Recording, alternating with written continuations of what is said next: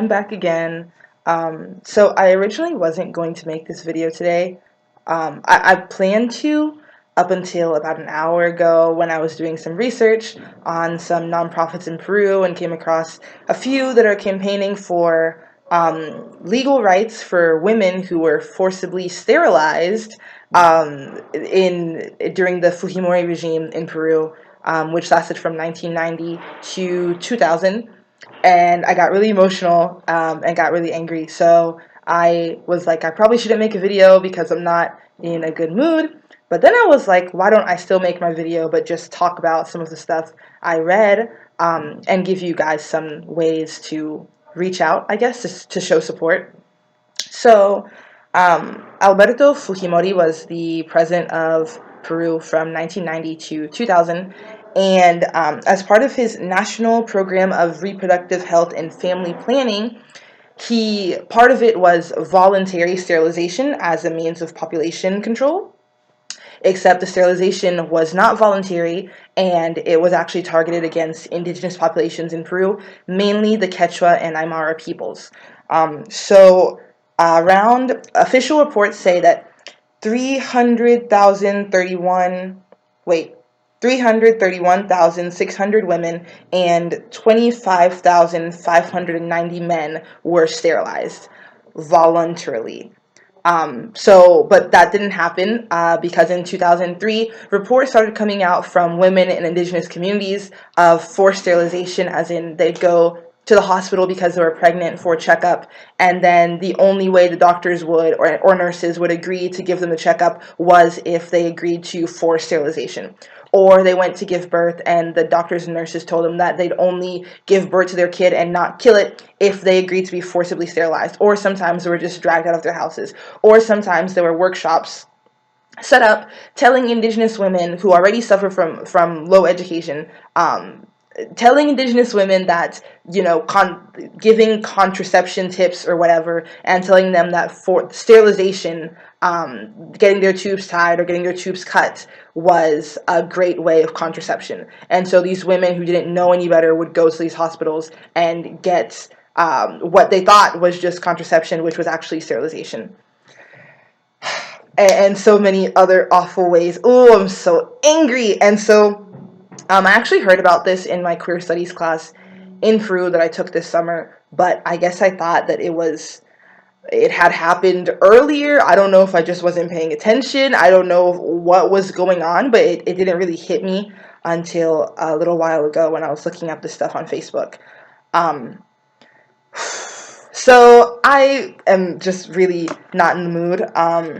But there are a few Facebook pages you can follow and support and share with your friends if you want to show support for legal justice for women and men, but these are mostly for women who are forcibly sterilized as early ago as 2000.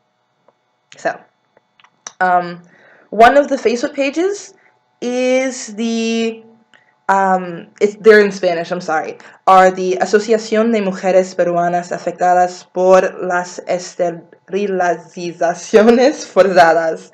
And the other one is, I believe, Somos 2074 y muchas más. So you can follow these two pages on Facebook, and I'm going to try to see if I can find a way to donate. Because this is just the most messed up thing that I have read in a long time. I don't know if it's the abuse of, like, the blatant abuse of power, or if I just have a soft spot for indigenous women, but like this really, like, anyways. So yeah, again, the two pages that you can follow are Somos 2074 y muchas más, and the Asociación de Mujeres Peruanas Afectadas por las Esterilizaciones Forzadas. That word is, I don't do long words in Spanish. So that was a victory for me. Okay, so if I find more organizations, I'll definitely share them on my Facebook page, and I'll try to make a message about the two organizations that I just talked about. There are also some individual activists who I'm going to try to get a hold of and see what I can do. I mean, I can't do much if I can do anything, but like, I don't know, it just really made me very, very, very, very angry. Very angry. So there's that. And so that's that. And then, so the topic for today, to end on a happy note, I'm not going to be happy, but maybe you will be happy, um, is again coming from my time in South Africa, my time in Cape Town. And it was this car ride I had with my friend Hanaya. Shout out to Hanaya. I might tag you in this video. um, and then also my homestay that I had. Oh my gosh, I'm like so shaken up. Okay, anyways, the car ride. So when we were in Cape Town, there's this boys' home called Betheriel, which our program did like walking tours and bike tours, and the guy who was in charge of those touring programs volunteered or had a collaboration with Betheriel. So some of the boys from that boys' home would come and volunteer, run tours or accompany on tours or whatever to earn some money.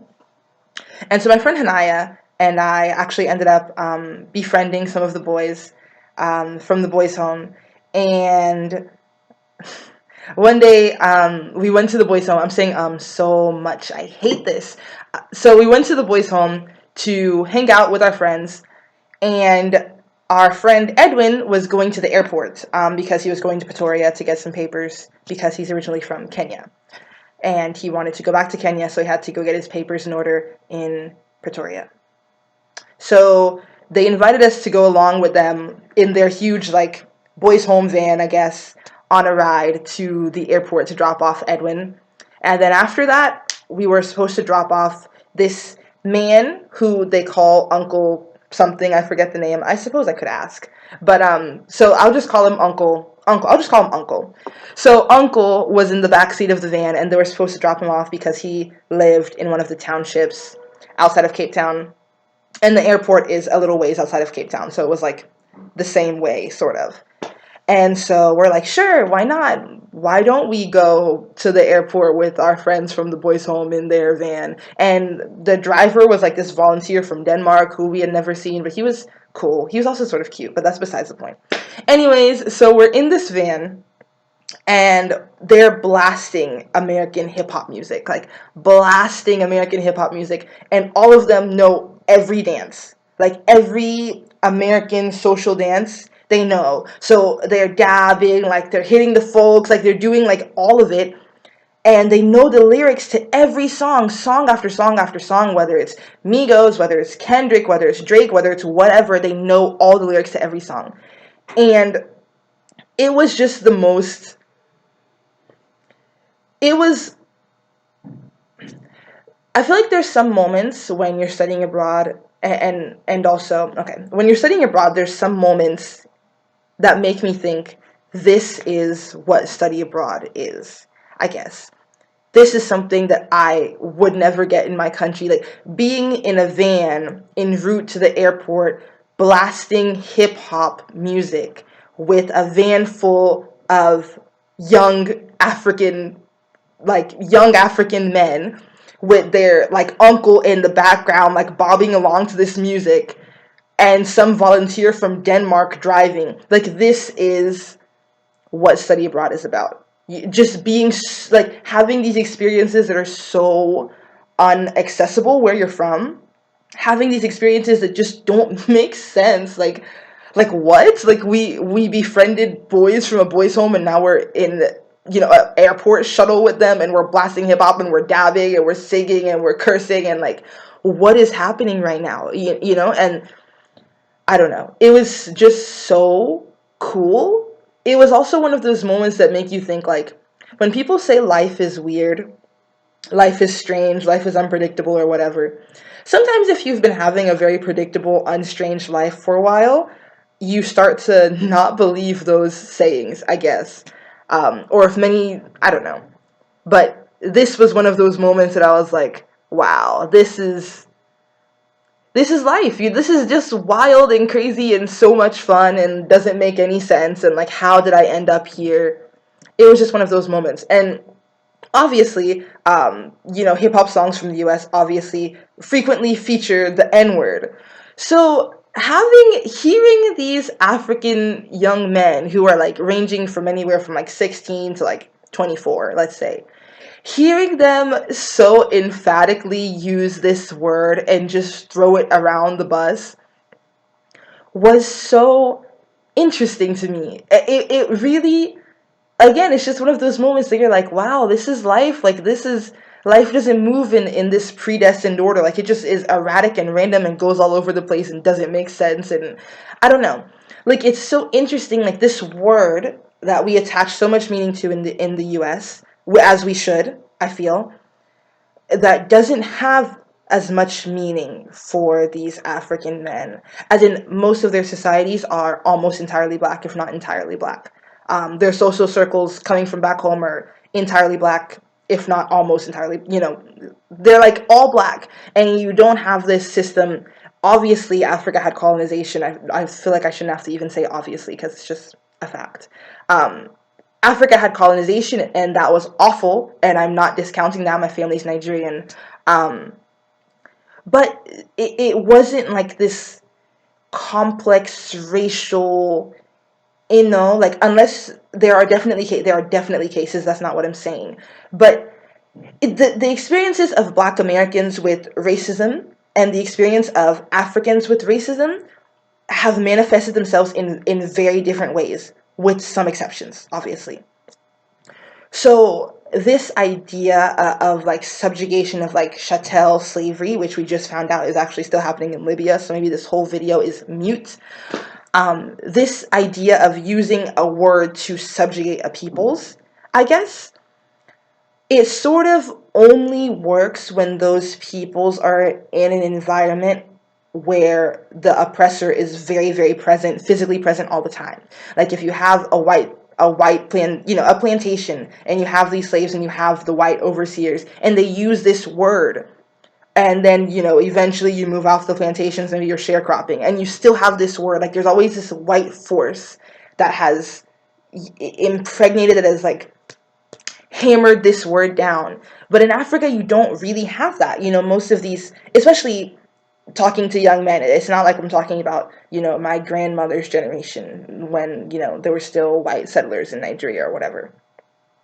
Talking to these young men who have pretty much only known black people, for their entire life, and their experience with the word being something you could almost like play with, being like it didn't have this huge meaning of oppression, but they took it on almost as if it was their own.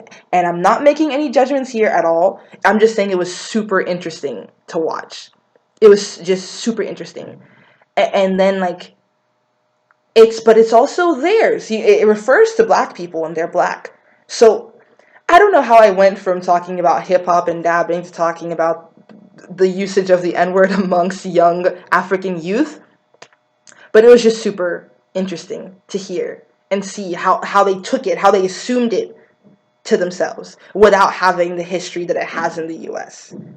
I don't know if this is making sense. But it was one of those moments where you're just thinking like, wow, this is so interesting. This one word that in my culture is so charged, I guess, doesn't have the charge in your culture, but you've taken it on, and when you take it on, you're assuming that charged form as well. I don't know. It was just the most interesting thing. This like racial dynamics through hip hop in this van on the way to the airport with this huge man in the background bobbing his head and screaming to the music in like unintelligible Afrikaans. Like that just that's what life is. I don't know. That's what study abroad is supposed to be. That's what life is supposed to be. That's what I want my life to be. In a similar vein, when we had our homestay, I woke up early that morning to go see Table Mountain, as I mentioned in my past video. And there were these kids outside. So I should probably back up. The homestay we had in South Africa was in Bo-Kaap, which is a colored neighborhood um, in the middle of Cape Town. And it used to be a township. Now, I guess it's not. I guess the townships are outside the city. Um, and I guess Bo-Kaap is not classified as a township because it's inside of the city. But we did a homestay in Bo-Kaap. And so our host family were Muslim, They were colored, they were Muslim, and Afrikaans was their first language. They didn't really speak much English. But when I say they could cook, though, the butter chicken, though, oh my, would 10 to 15 billion out of 10 would recommend butter chicken. Bokop, Cape Town. I want to go back right now. Anyways, so I woke up that morning, and my mom was also up, I think because she was praying. And she had prayed. She had just finished praying. And so we woke up together, and I went to go watch, to go greet Table Mountain, I suppose. And there were these kids outside, these colored kids outside, and they were singing these American songs. Let me see if I can find the name of it. One of them involves something like "Start off all your nights." Let's see.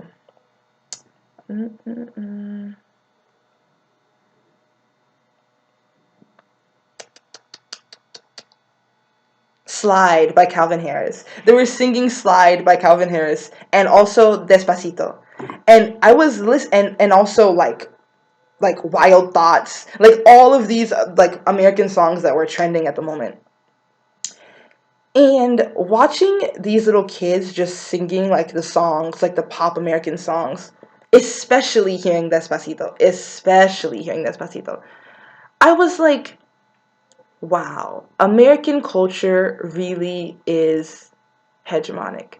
It really is penetrative. Like, it really is global. Like, you learn it in school, yes, and I guess that's what I was trying to get at about the car ride. You learn this in school. Everyone listens to American music, everyone watches American TV, everyone blah blah blah blah.